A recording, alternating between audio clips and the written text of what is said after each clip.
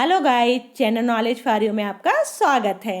इस वीडियो में हम आपकी बुक व्यष्टि अर्थशास्त्र का अध्याय 2 उपभोक्ता के व्यवहार का सिद्धांत का पार्ट 2 हल करेंगे। पार्ट 1 हम पहले ही हल कर चुके हैं।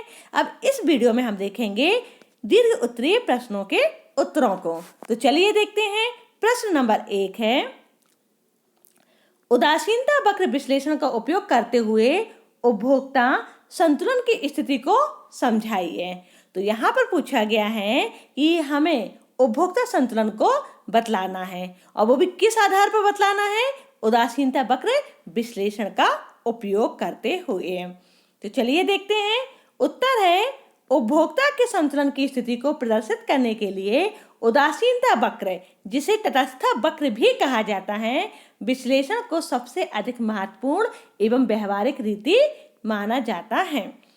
उदासीनता वक्र के द्वारा उपभोक्ताओं को दो विभिन्न वस्तुओं के उन विभिन्न संयोगों की जानकारी प्रदान की जाती है जिनसे उसे समान संतुष्टि प्राप्त हो सके।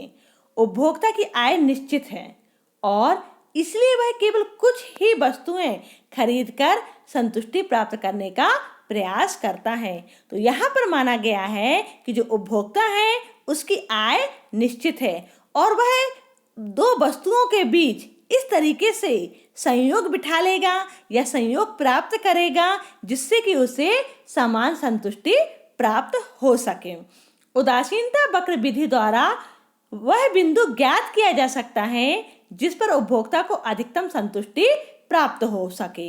एक उपभोक्ता तटस्थ वक्र यानी कि उदासीनता वक्रों की सहायता से यह निश्चित करता है कि वह एक वस्तु विशेष की कितनी मात्रा खरीदेगा। उपभोक्ता संतुलन को हम निम्न चित्र द्वारा समझ सकते हैं। तो यहाँ पर आप देख रहे हैं, ओ एक्स अक्ष पर मात्रा दी हुई है और ओ वाई अक्ष पर आपकी कीमत दी हुई है। तो यहाँ पर जब कीमत n है आपकी, तो मात्रा आपकी कितनी है? m मात्रा हमें प्राप्त हो रही है। तो यहाँ पर हम देख रहे हैं, ये आपका दिया हुआ है IC1 उदासीनता वक्र जो दिया हुआ है नंबर 1 का दिया है, 2 नंबर IC2 जो दिया है यह दिया है, और यह IC3 है जिसमें आप देख रहे हैं P बिंदु पर आपको उदासीनता वक्र A और B रेखा को स्पर्श कर रही है। तो इस चित्र से हम यह समझ सकते हैं कि जो IC1 है, IC2 है और IC3 है आपका उपभोक्ता के विभिन्न उदासीनता वक्र हैं। तो IC1, IC2 और IC3 ये क्या हो गए? आपके उदासीनता वक्र हो गए। और ए बी कीमत रेखा है, ये भी क्या है आपकी? यह एक कीमत रेखा है और यह क्या कर रही है? P बिंदु पर इसे स्पर्श कर रही है। किसे स्पर्श कर रही है? IC2 को, उदासीनता वक्र को स्पर्श कर रही है। तो इस बिंदु पर कोई उपभोक्ता B वस्तु की, जो B वस्तु है आपकी, तो B वस्तु की ON मात्रा को क्रय करेगा और A वस्तु की OM मात्रा को क्या करेगा? क्रय करेगा, ठीक, उपभोग करेगा। तो यहाँ पर क्या हो जाएगा? आपका अधिकतम संतुष्टि कहाँ पर मिलेगी? उसे P बिंदु पर प्राप्त होगी। IC1 व IC3 दिया हुआ है तो उपभोक्ता को अधिकतम संतुष्टि प्राप्त नहीं होगी, क्योंकि IC3 उदासीनता वक्र उपभोक्ता की पहुंच के बाहर है। और हम यहाँ पर देख चुके हैं कि यहाँ पर जो उपभोक्ता है उसकी आय कैसी है? उसकी आय स्थिर है ना। तो इस यहाँ पर ये उसकी इनकम से क्या हो रहा है? ऊपर जा रहा है। तो यहाँ पर वह उसे क्रय नहीं कर सकेगा, उसे संतुष्टि की प्राप्ति नहीं होगी। और IC1 उदासीनता वक्र जो है तो वह संतुष्टि के कम स्तर को व्यक्त करता है, तो अतः वह इसे भी पसंद नहीं करेगा। वह केवल IC2 पर स्थित P बिंदु को पसंद करेगा क्योंकि उसे उस बिंदु पर अधिकतम संतुष्टि प्राप्त हो रही है। और एक बार संतुलन की स्थिति प्राप्त होने पर उपभोक्ता उस समय तक किसी वस्तु की अधिक मात्रा नहीं खरीदता है जब तक कि उसकी आय में परिवर्तन ना हो जाए। किंतु हमने यहाँ पर देखा कि उपभोक्ता की आय स्थिर है। तो यहाँ पर हम कह सकते हैं कि P बिंदु पर एक उपभोक्ता को अधिकतम संतुष्टि प्राप्त हो रही है। IC1 पर कम हो रही है तो वह उससे और भी आगे बढ़ेगा। IC3 उससे संतुष्टि प्रदान ही नहीं कर रहा। क्यों? क्योंकि उसकी आय कितनी है? उससे कम है। ठीक, चलिए प्रश्न दूसरा और प्रश्न तीसरा। तो प्रश्न दूसरे में बोला गया था कि सम सीमांत उपयोगिता ह्रास नियम को उदाहरण द्वारा समझाइए, और प्रश्न तीसरे में बोला गया है सम सीमांत उपयोगिता ह्रास नियम को एक रेखा चित्र द्वारा समझाइए। तो हम इसके उत्तर को देख लेते हैं। सीमांत उपयोगिता ह्रास नियम इस तथ्य पर आधारित है कि व्यक्ति की आवश्यकताएं असीमित होती हैं, परंतु एक विशेष समय पर इनमें से एक विशेष आवश्यकता की संतुष्टि की जा सकती है। व्यक्ति अपनी आवश्यकता को संतुष्ट करने के लिए जैसे ही किसी वस्तु का उपभोग प्रारंभ करता है, आवश्यकता की तीव्रता घटने लगती है और वस्तु जिसका उपभोग किया जाता है कम उपयोगी होती जाती है, और अंत में एक ऐसी स्थिति आती है जब वस्तु को जो व्यक्ति होता है तो वस्तु विशेष के उपभोग से कोई उपयोगिता नहीं मिलती। यदि उपभोग का क्रम चलता रहता है तो उपभोक्ता को वस्तु से अरुचि हो जाती है। इस स्थिति में उपयोगिता ऋणात्मक हो जाती है। इसी अनुभव के आधार पर सीमांत उपयोगिता ह्रास नियम का प्रतिपादन किया गया है। इसे हम उदाहरण से समझ सकते हैं। तो यहाँ पर देखते हैं कि रोटियों की संख्या दी हुई है ना, और सीमांत उपयोगिता और कुल उपयोगिता दी हुई है। जब एक उपभोक्ता पहली रोटी को खाता है तो उससे क्या हो रहा है? उसे कुल उपयोगिता 5 प्राप्त हो रही है, और सीमांत उपयोगिता कितनी प्राप्त हो रही है? 5 हो रही है। अब वह रोटी की संख्या बढ़ाकर 2 कर देता है। जब वह दूसरी रोटी खाएगा तो उसे कुल उपयोगिता कितनी मिलेगी? 9 उपयोगिता मिलेगी। ठीक, तो आप जानते हैं कि सीमांत उपयोगिता कैसे निकाली जाती है? या कुल उपयोगिता में से कुल उपयोगिता को माइनस कर दिया जाए तो 9 में से 5 जाएगा, कितना बचेगा? 4 में बचेगा। तो यहाँ पर सीमांत उपयोगिता कितनी हो जाएगी? अब 4 हो गई। पहली रोटी में जो उपयोगिता प्राप्त हुई थी वह घट गई, है ना। तीसरी रोटी का प्रयोग करने पर उसे कुल उपयोगिता कितनी मिल रही है? 12 मिल रही है, और सीमांत उपयोगिता कितनी हो जाएगी? 12 में से 9 गया तो 3 हो जाएगी। तो सीमांत उपयोगिता क्या हो रही है? घटती जा रही है। मतलब जैसे जैसे रोटी की इकाइयों को बढ़ाया जा रहा है, रोटी की संख्याओं को बढ़ाया जा रहा है, तो उपयोगिता बढ़ तो रही है लेकिन क्या हो रही है? उस क्रम में नहीं बढ़ रही है, उतनी अधिक मात्रा में नहीं बढ़ रही है ना। और सीमांत उपयोगिता क्या हो रही है? घट रही है। चौथी इकाई में क्या हो रहा है? कुल उपयोगिता 14 है और सीमांत उपयोगिता 2 हो रही। पांचवी इकाई में कुल उपयोगिता 15 है और सीमांत उपयोगिता घटकर 1 हो गई। अब इसके बाद यदि एक उपभोक्ता रोटी का और भी ज्यादा सेवन करेगा तो उसे क्या होगा? उस रोटी से कोई भी उपयोगिता प्राप्त नहीं होगी। अब छठवीं रोटी में उसकी उपयोगिता कैसी हो गई? कुल उपयोगिता तो 15 ही है, मतलब जितनी मिली थी उतनी ही है, लेकिन सीमांत उपयोगिता कितनी हो गई? अब 0 हो गई।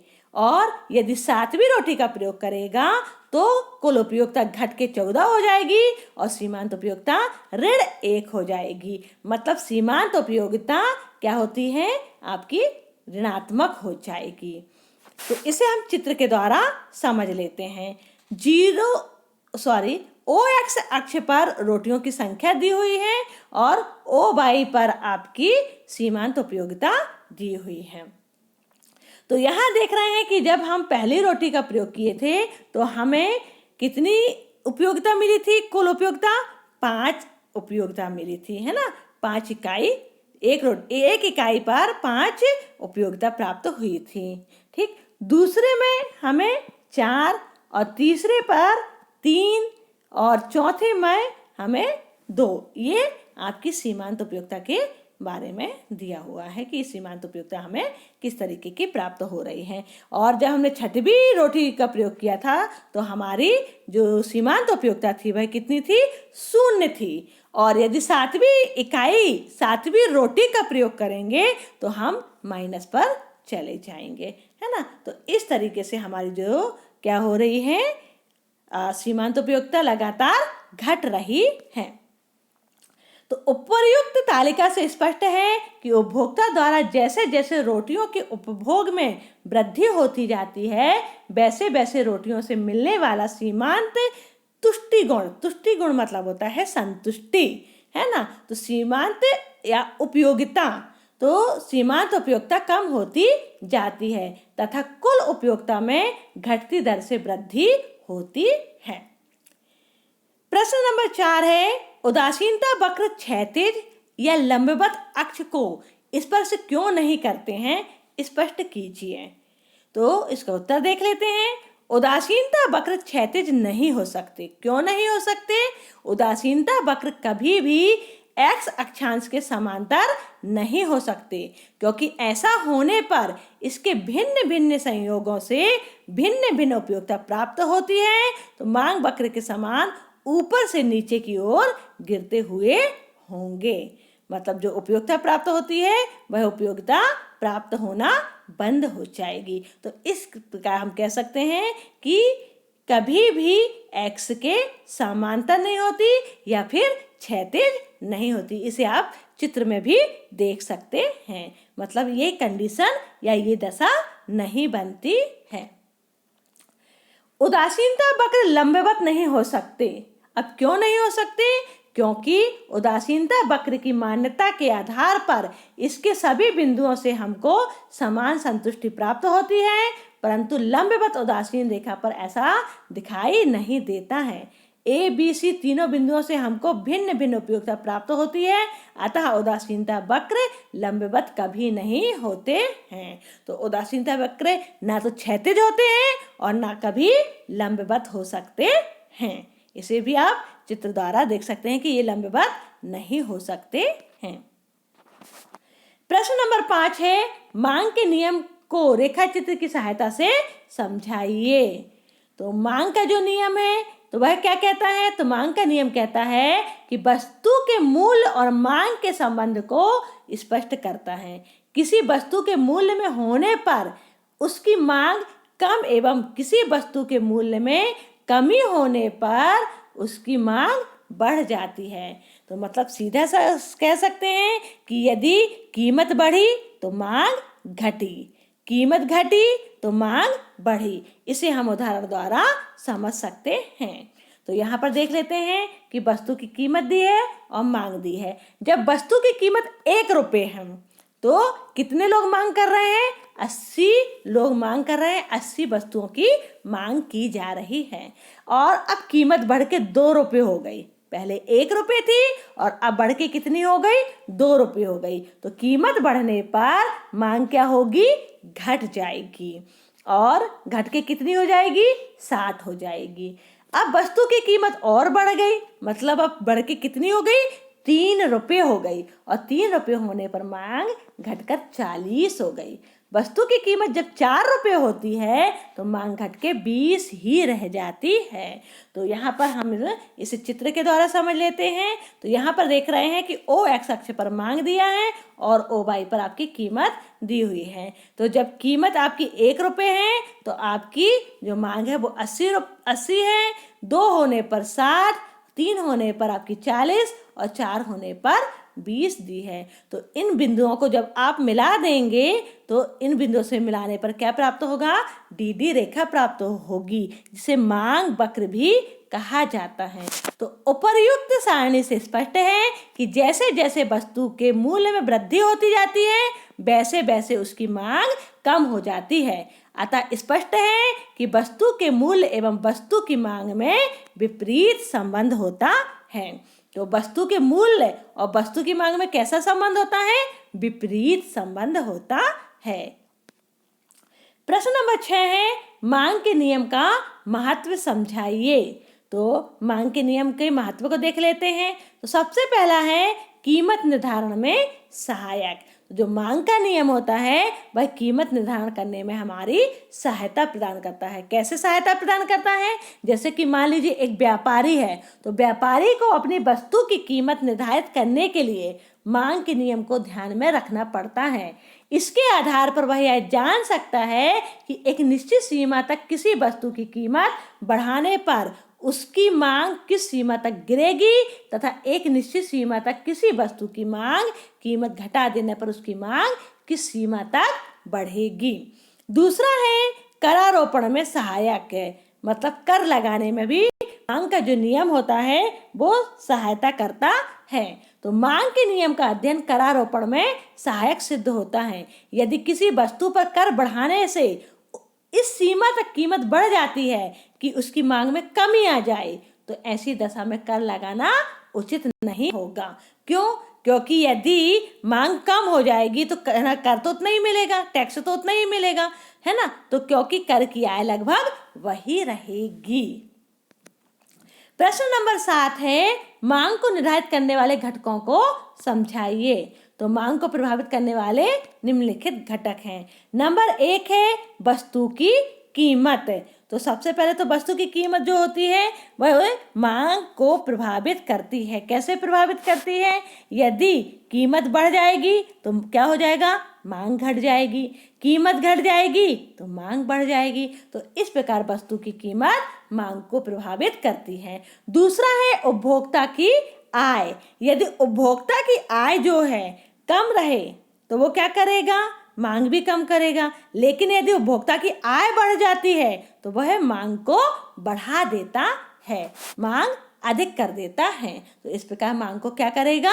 प्रभावित करेगा। तीसरा है धन का वितरण। तो धन का जो वितरण होता है, तो यदि समाज में धन का वितरण असमान है तो ऐसी वस्तुओं की मांग अधिक होगी। जो पूंजीपति जो होते हैं, जो रईस लोग होते हैं, तो जो ज़्यादा माल खरीद सकते हैं, ठीक। और यदि धन का वितरण समान है तो धनी और निर्धनों के बीच में आय में कम अंतर है, तो मांग क्या होगी? बढ़ेगी। चौथा है जनसंख्या में परिवर्तन। ठीक, जनसंख्या में परिवर्तन भी मांग को प्रभावित करती है। पांचवा है ऋतु में परिवर्तन। अब ऋतुओं में जो परिवर्तन होता है तो उसके कारण भी मांग प्रभावित होती है। जैसे कि आपके जो ठंड का मौसम है, तो ठंड के मौसम में किस चीज़ की डिमांड ज़्यादा होगी? ठंड के मौसम में स्वेटर वगैरह की डिमांड होगी, और गर्मी में स्वेटर वगैरह की डिमांड नहीं होगी, है ना। तो ऋतु में परिवर्तन होने के कारण भी मांग प्रभावित होती है। छठवां है भविष्य मूल्य वृद्धि की संभावना। यदि भविष्य में मूल्य बढ़ने की संभावना है तो उससे भी मांग प्रभावित होती है। प्रश्न नंबर 8 है मांग के नियम के अपवादों को समझाइए। तो यदि भविष्य में किसी वस्तु के दुर्लभ होने की संभावना है ना, भविष्य में ऐसी कोई वस्तु है तो दुर्लभ हो रही है, मतलब वो वस्तु बहुत ही कम मिलेगी, तो इससे क्या होगी? वर्तमान समय में मांग बढ़ जाएगी।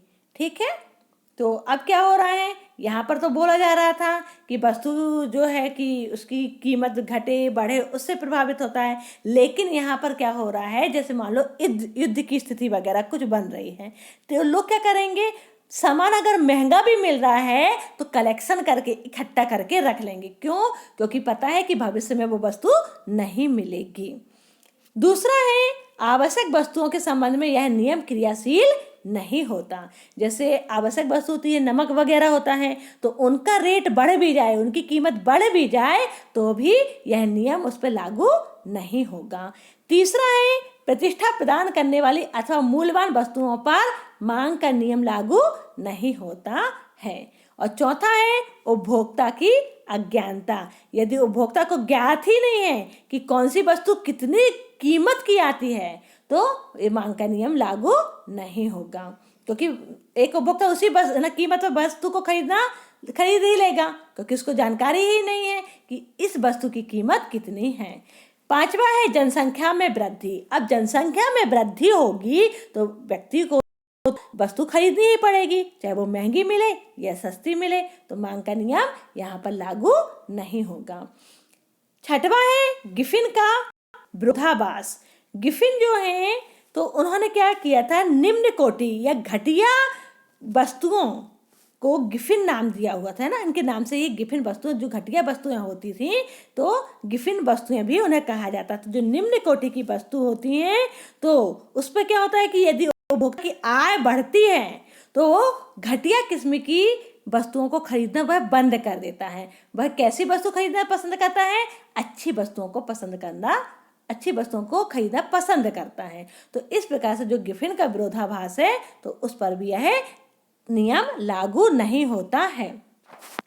प्रश्न 9वां है मांग की लोच का वर्णन कीजिए। तो मांग की कीमत लोच कीमत में थोड़े से परिवर्तन के परिणाम स्वरूप क्रय की गई मात्रा के आनुपातिक परिवर्तन को कीमत के आनुपातिक परिवर्तन से भाग देने पर प्राप्त होती है। तो इसको कैसे ज्ञात कर सकते हैं, ईपी बराबर मांग की मात्रा में आनुपातिक परिवर्तन बटे कीमत में आनुपातिक परिवर्तन। दूसरा प्रकार है इसका मांग की आय लोच। यदि वस्तु की कीमत तथा अन्य बातें समान रहें तो मांग में हुए आनुपातिक परिवर्तन को आय में हुए आनुपातिक परिवर्तन से भाग देने पर मांग की आय लोच प्राप्त हो जाती है। तो ई आई बराबर वस्तु की मांग में आनुपातिक परिवर्तन बटे आय में आनुपातिक परिवर्तन।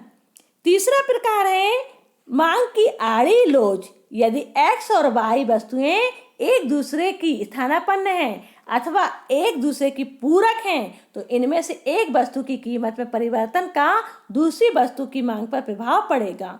मांग की आड़ी लोच उस दर की ओर संकेत करती है जिससे कि एक वस्तु की कीमत में परिवर्तन के फलस्वरूप दूसरी वस्तु की मांग परिवर्तित होती है।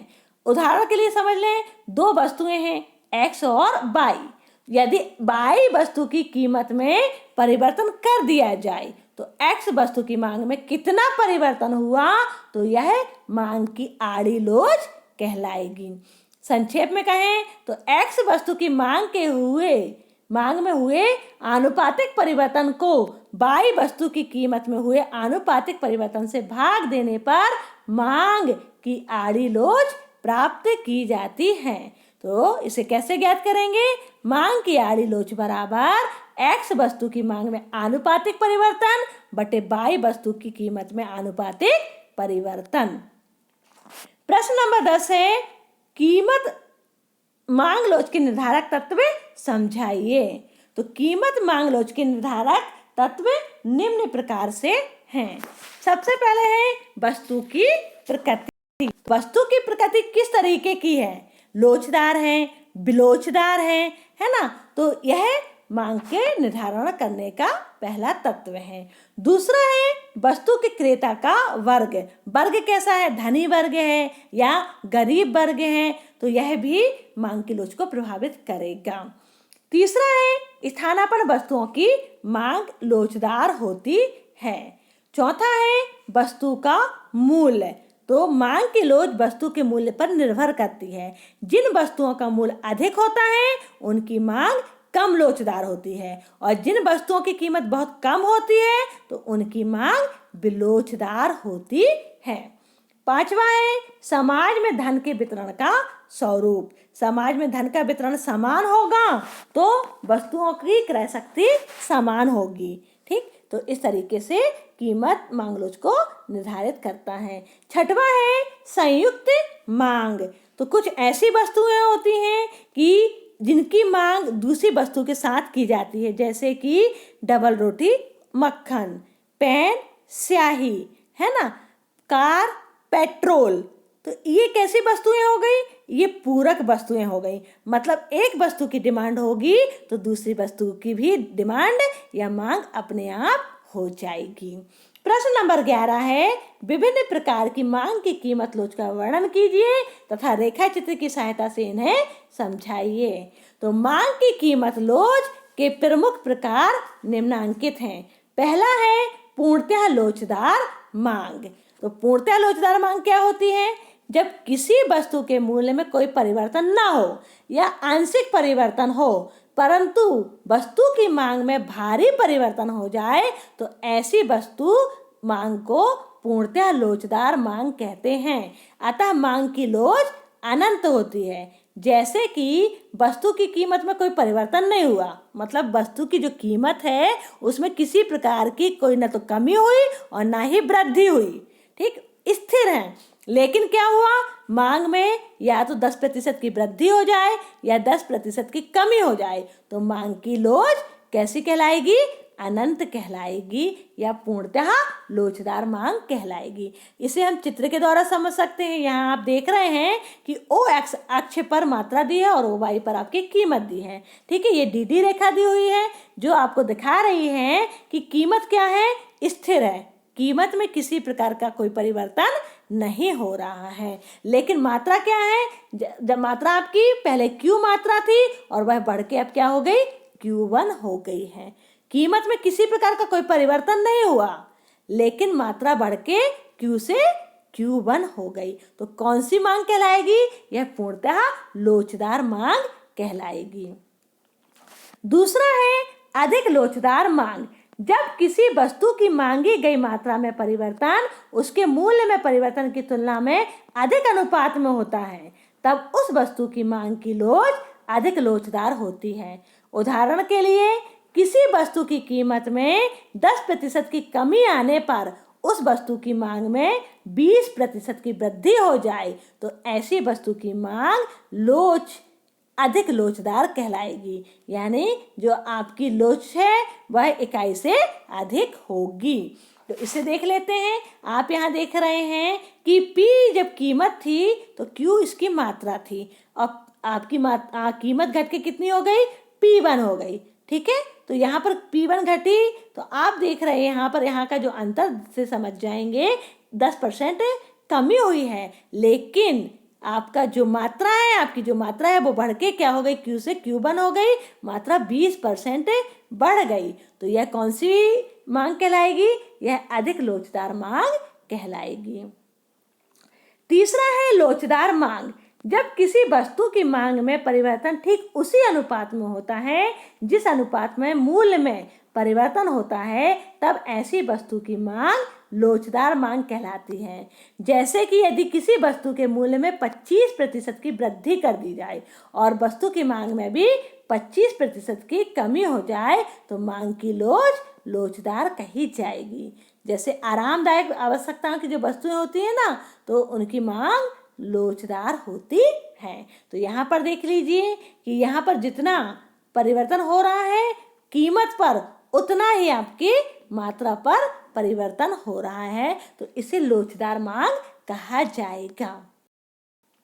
चौथा है बिलोचदार मांग। जिस अनुपात में मूल्य में परिवर्तन होता है उसकी तुलना में वस्तु की मांग में कम अनुपात में परिवर्तन होता है तो वस्तु की मांग बिलोचदार कहलाएगी, ठीक। उदाहरण के लिए, यदि वस्तु के मूल्य में 25% वृद्धि होने पर वस्तु की मांग में केवल 5% की कमी आती है तो मांग बिलोचदार या लोचदार इकाई से कम होगी। अनिवार्य आवश्यकता की जो वस्तुएं होती हैं वह बिलोचदार मांग होती है। तो यहाँ पर प्राइस जो बढ़ा हुआ है वो 25% बढ़ा हुआ है, लेकिन जो वस्तु की मांग है यहाँ थोड़ा सा मिस्टेक हो गया है। तो इसमें आप यहाँ पर ये लाइन खींच लेंगे, इस तरीके से बना लेंगे, ठीक है ना। तो यहाँ पर क्या हो जाएगा आपका कि ये जो एरिया है आपका, है ना, इस एरिया में हम देख रहे हैं कि मांग कैसी हुई है, बहुत ही कम हुई है, जबकि आपकी प्राइस में अधिक मात्रा में वृद्धि हुई है। प्रश्न नंबर 5 है पूर्णतः बिलोचदार मांग। तो जब किसी वस्तु के मूल्य में बहुत अधिक परिवर्तन होने पर भी उसकी मांग में कोई परिवर्तन नहीं होता, तब ऐसी वस्तु की मांग को पूर्णतः बिलोचदार मांग कहते हैं। तो इस प्रकार की वस्तु की मांग की लोच 0 के बराबर होती है। ऐसी वस्तु की मांग रेखा आधार पर एक लंब के समान होती है। तो यहाँ देख रहे हैं आप कि जो आपकी कीमत है P से बढ़कर P1 हो गई, है ना, लेकिन जो मांगी गई मात्रा है वह क्या है आपकी, वह Q ही है। ये जो डी रेखा है यह बता रही है कि मांगी गई मात्रा में किसी प्रकार का कोई परिवर्तन नहीं हो रहा है। प्रश्न नंबर 12 है, उपयोगिता की विशेषताएं लिखिए। तो उपयोगिता के प्रमुख लक्षण या विशेषताएं निम्न प्रकार से हैं। नंबर 1, उपयोगिता समय से प्रभावित होता है। एक वस्तु से भिन्न भिन्न समय में भिन्न भिन्न उपयोगिता प्राप्त होती है। किसी वस्तु का उपभोग करने पर समय व्यतीत होने के साथ साथ उपयोगिता भी परिवर्तित होती रहती है। दूसरा है, उपयोगिता व्यक्तिगत होता है। तो वस्तु में उपयोगिता या तुष्टि गुण व्यक्तिगत होता है, क्योंकि वह व्यक्ति की आदत, रुचि, फैशन व अन्य बातों पर निर्भर करती है। तीसरा है, उपयोगिता का सदैव लाभदायक होना आवश्यक नहीं है। यह नहीं सोचना चाहिए कि जो उपयोगिता है वह सदैव लाभदायक वस्तुओं में ही होता है, यह हानिकारक वस्तुओं में भी पाया जाता है। चौथा है, उपयोगिता एक मनोवैज्ञानिक विचार है। तुष्टि गुण एक मनोवैज्ञानिक विचार है। इसको ना तो देखा जा सकता है, ना छुआ जा सकता है, बस इसको अनुभव किया जा सकता है। तो मतलब उपयोगिता को हम सिर्फ अनुभव कर सकते हैं। प्रश्न नंबर 13 है, सीमांत उपयोगिता, कुल उपयोगिता तथा औसत उपयोगिता में संबंध बताइए। तो सीमांत उपयोगिता तथा कुल उपयोगिता में संबंध देख लेते हैं, फिर उसके बाद औसत उपयोगिता में देख लेंगे। कुल उपयोगिता जब घटती दर से बढ़ती है तब सीमांत उपयोगिता घटती है। दूसरा, जब कुल उपयोगिता अधिकतम होकर पूर्ण तृप्ति के बिंदु पर पहुंच जाती है तब सीमांत उपयोगिता शून्य हो जाती है। और तीसरा है, जब कुल उपयोगिता घटती है तब सीमांत उपयोगिता ऋणात्मक हो जाती है। अब देखते हैं कि सीमांत उपयोगिता और औसत उपयोगिता के बीच पारस्परिक कैसा संबंध है। तो जब औसत उपयोगिता कम हो जाती है तो सीमांत उपयोगिता भी कम हो जाती है, लेकिन सीमांत उपयोगिता तुलनात्मक रूप से तेज दर से गिरती है। कुल उपयोगिता और औसत उपयोगिता के बीच पारस्परिक संबंध को देख लेते हैं। तो औसत उपयोगिता में वृद्धि या कमी का कुल उपयोगिता में वृद्धि या कमी से कोई सीधा संबंध नहीं है। दूसरे शब्दों में अगर हम कहें तो कुल उपयोगिता बढ़ती है तो औसत उपयोगिता घट सकती है और यह एक निश्चित बिंदु तक बढ़ सकती है। यह सीमांत उपयोगिता की गति पर निर्भर करेगा। जब सीमांत उपयोगिता बढ़ रही है तो कुल उपयोगिता और औसत उपयोगिता दोनों में वृद्धि होगी। जब सीमांत उपयोगिता घट रही है तो कुल उपयोगिता में वृद्धि के बावजूद औसत उपयोगिता घट जाएगी।